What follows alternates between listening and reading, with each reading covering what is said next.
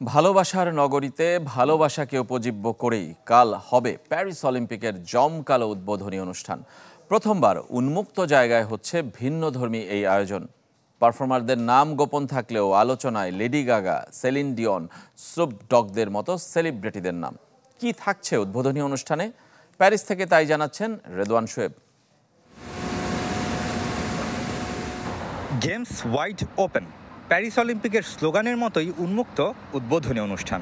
আধুনিক অলিম্পিকের ১২৮ বছরের ইতিহাসে প্রথমবার স্টেডিয়ামের বাইরে হচ্ছে আয়োজন।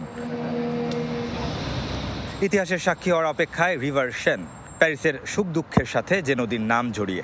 মূল মঞ্চের সামনে আসন সীমিত হলেও রেকর্ড ৫ লাখ মানুষ দেখবেন ৬ কিলোমিটার ব্যাপ্তির জমকালো উদ্বোধনী অনুষ্ঠান। টিকিট কিনতে গুনতে হবে ৯০ থেকে ২৭০০ ইউরো। ভিন্ন আর অভিনব ৩.৫ ঘন্টার আয়োজনে কি থাকছে তা লুকিয়ে রাখার চেষ্টায় সফল আয়োজকরা। তবুও গুঞ্জন আর গুজব ছড়িয়ে পড়েছে। বিখ্যাত ফ্রেঞ্চ পরিচালক স্টারম্যানিয়ার স্রষ্টা থমাস জলি ইঙ্গিত দিয়ে রেখেছেন ভিন্ন ধর্মী আর মৌলিক আয়োজনের, যার সঙ্গে আছেন TV series writer Fanny Herrero, best seller লেখক লে স্লিমানি আর ইতিহাসবিদ পেট্রিক বুশেওর মতো সৃষ্টিশীলরা। শুধু পানিতে কিংবা ব্রিজে নয়, অনুষ্ঠানের একাংশ হবে পানির নিচেও। ৩,০০০ পারফর্মারের অংশগ্রহণে উদ্বোধনী অনুষ্ঠানের অন্যতম আকর্ষণ হতে পারে মালি বংশোদ্ভূত ফ্রেঞ্চ গায়িকা আয়া নাকামুরার পারফরমেন্স।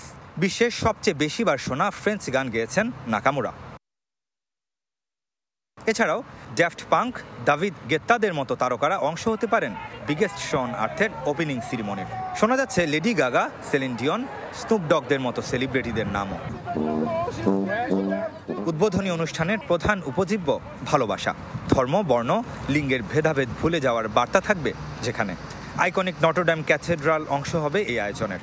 ২০১৯-এ ভয়াবহ আগুনে পুড়ে যাওয়ার পর থেকে যার সংস্কার কাজ এখনও চলছে। ১৭৯০-এর ফরাসি বিপ্লব থেকে শুরু করে ফ্রান্সের অধুনা কৃষ্টি কালচারের ছটাও থাকবে আয়োজনে। থাকবে পপ, রক, ক্লাসিক আর র্যাপ গানের ফিউশন।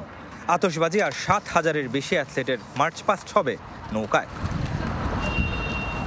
পরিসর বড় হওয়ায় আছে জটিলতা, নিরাপত্তা সংখ্যা, সঙ্গে পূর্ণাঙ্গ রিহার্সেল না হওয়ায় চ্যালেঞ্জও অনেক বেশি। এসব উৎসে প্যারিস অলিম্পিকের উদ্বোধনী অনুষ্ঠানের সফলতার উপর নির্ভর করছে পরবর্তী গেমসের গতিপথ। Redwan Shoaib, channel 24, Paris.